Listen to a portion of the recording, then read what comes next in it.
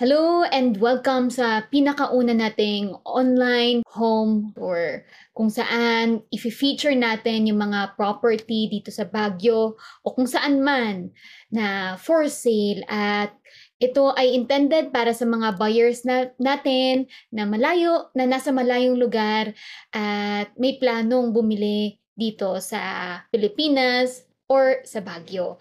So ang pinakaunang property na i-feature natin ay itong napakagandang property natin na located dito sa city center mismo ng Baguio City.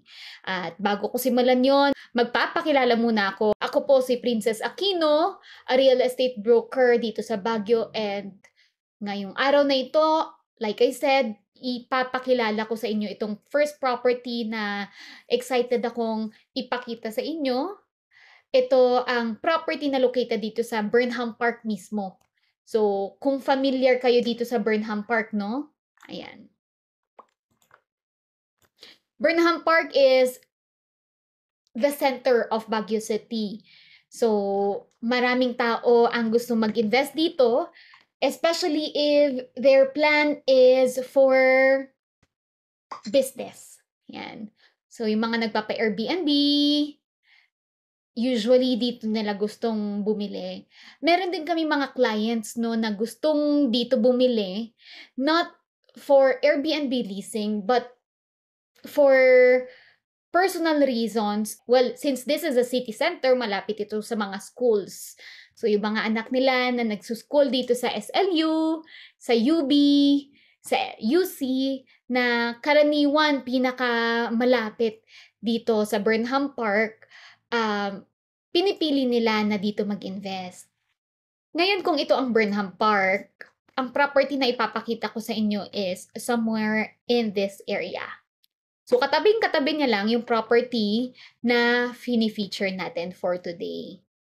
Yan. Sige, simulan na natin. Napakasimple lang ng presentation ko, no? Ang importante kasi para ito sa mga buyers na talagang interested na mag-invest dito sa Baguio. And sa tingin ko, yung mga interested naman na buyer, they don't need flashy na presentation. Basta maayos lang natin na ituwid, no? Maintindihan ba yung ating discussions and they'll be glad to schedule visits. Usually, gano'n naman, no? By the way, itong property na ito, nakalista rin ito sa Airbnb. Ayan. So, dito ko na lang kukunin yung mga pictures dahil hindi ko pala na-save sa aking computer lahat ng pictures, no? So, ayan. Papakita ko sa inyo yung living area ng property na to.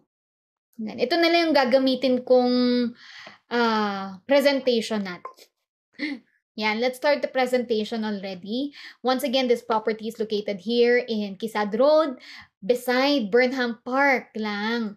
And this is a 74 square meter unit with 1 bedroom, yan, 2 toilet and baths, and it has the fantastic view of the city. Later on, we're going to see that from the photos.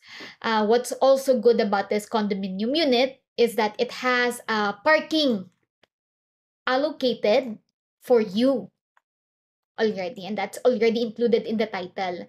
Aside from the one parking slot, there are also other free slots located in the building. So if you have guests coming and they have 2 cars, 2 vehicles or more, they can park at the free parking space, which is also located in the condominium, provided by the condominium association. This is the living area. Dito sa living area, we have a sofa bed included. This is a sofa bed. Dito, you can pull that out. A lazy chair, that's about 50,000, bought by the seller, and you can also have it together with the unit. This is fully furnished, by the way. So, these ones are already included. And kasama din dyan itong smart TV na that's about 52 inches. One very unique thing about this living area is that it has very demure cabinets. So, hindi nyo makikita na cabinet pala itong mga ito, no?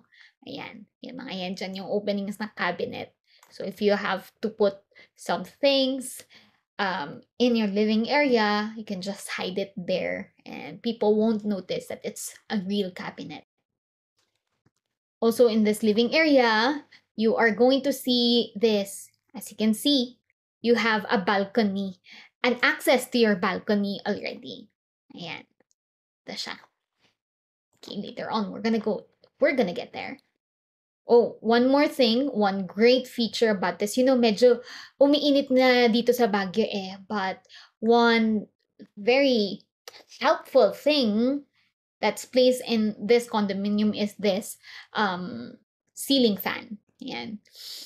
It can be controlled via remote control or merong nakalagay dito, somewhere sa walls dito, wherein you can control the ceiling fan. It's nice. It's very aesthetic, no? So these are the pictures. Ayan, oh. Yan yung kabuuan ng living area. So once again, this is a 74 square meter property. You can actually have the living area. You can put another bedroom. Kapag gusto nyong maging business ito, no? I think it would be practical to put another bedroom here. Ayan. So you can divide this so that at least you can have one more bedroom for your property. There it is. Very sophisticated actually yung ginawa ng architect nitong C-Cellar, no? Very modern. And this is your kitchen. Everything I'm showing you here, including this ones, the spoon, the fork, it will all be given to you by the seller. Kasi the seller is living somewhere else in the Philippines and he won't be needing all of these anymore. So this will all be given to you, including this oven. Ayan, pati yung mga spatula and all. Ayan, the knives.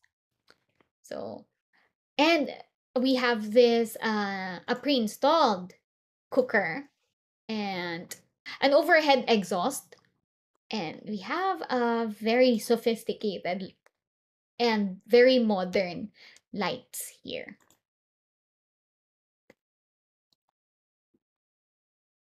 There you go. So this can be your island countertop or also your dining area. There are high chairs already put here.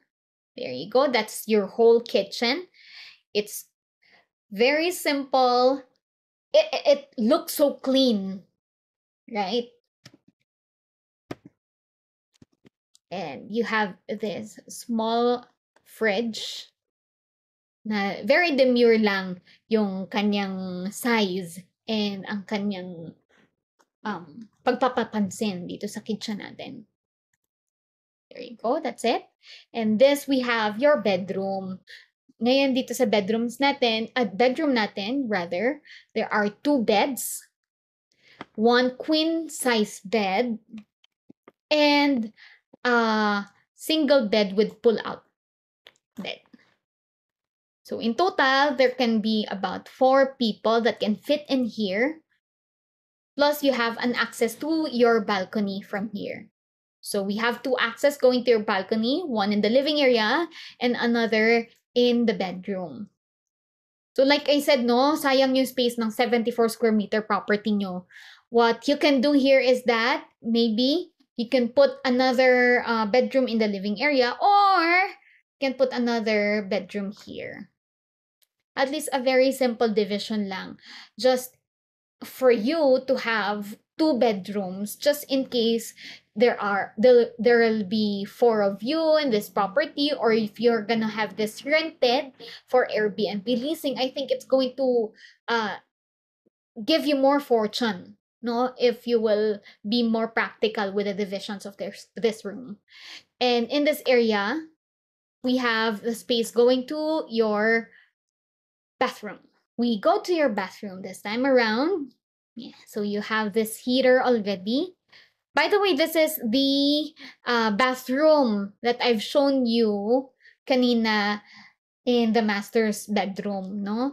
Ang gusto ko sa bathroom na ito is definitely the toilet. Para siyang yung Japanese style na toilet na meron siyang hot and cold na magsispray when you need it, after you take the toilet.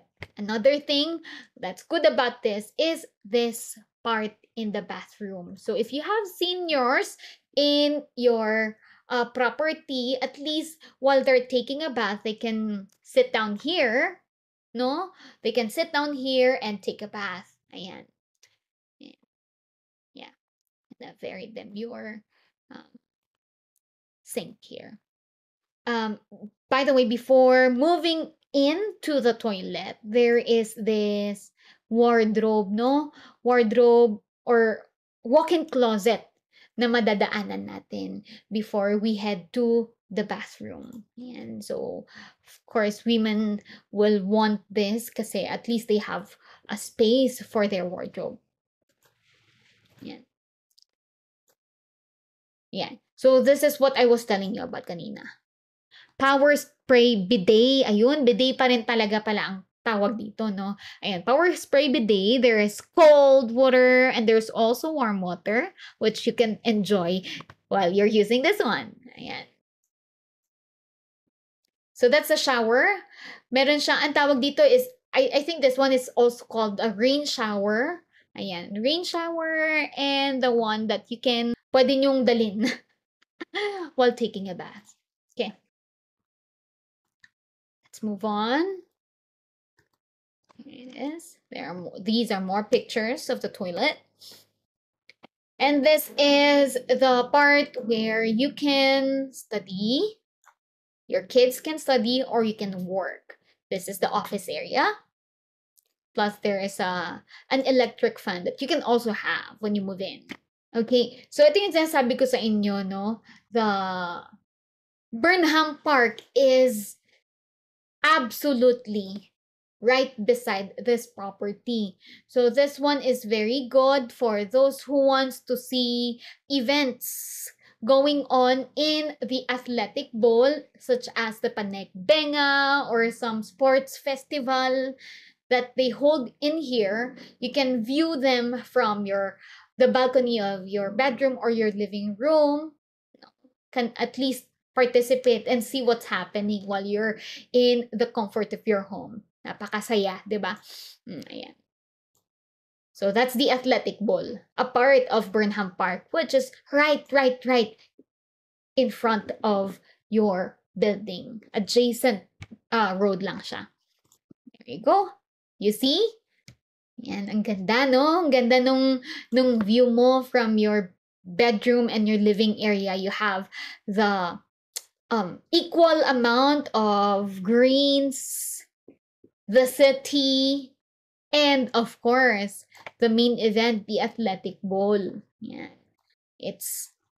And of course, yeah, SM is also here. That's also going to be one of your view when you purchase this property. So it's really a good deal already.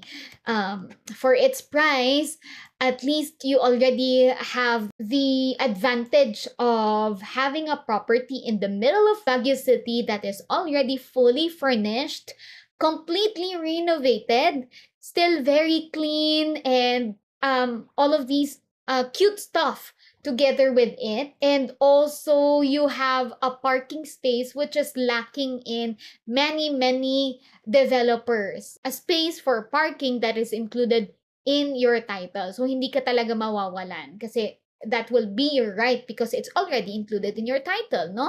One more thing that's good here is that pwede mag-business dito. So there are also other property owners that is in this condominium unit and they don't live in their apartment, but they have their space rented and they earn a lot of money from it. One more thing, since it's in the city center, if you're gonna live here, at least you're already near to your school, you're already near to SM, to Burnham Park, or to the restaurants, wherever you want to go. So if you want this property, if you're interested with this one, just let us know and we will schedule viewing for you. Thank you very much for listening and I hope to see you on the next video. Goodbye.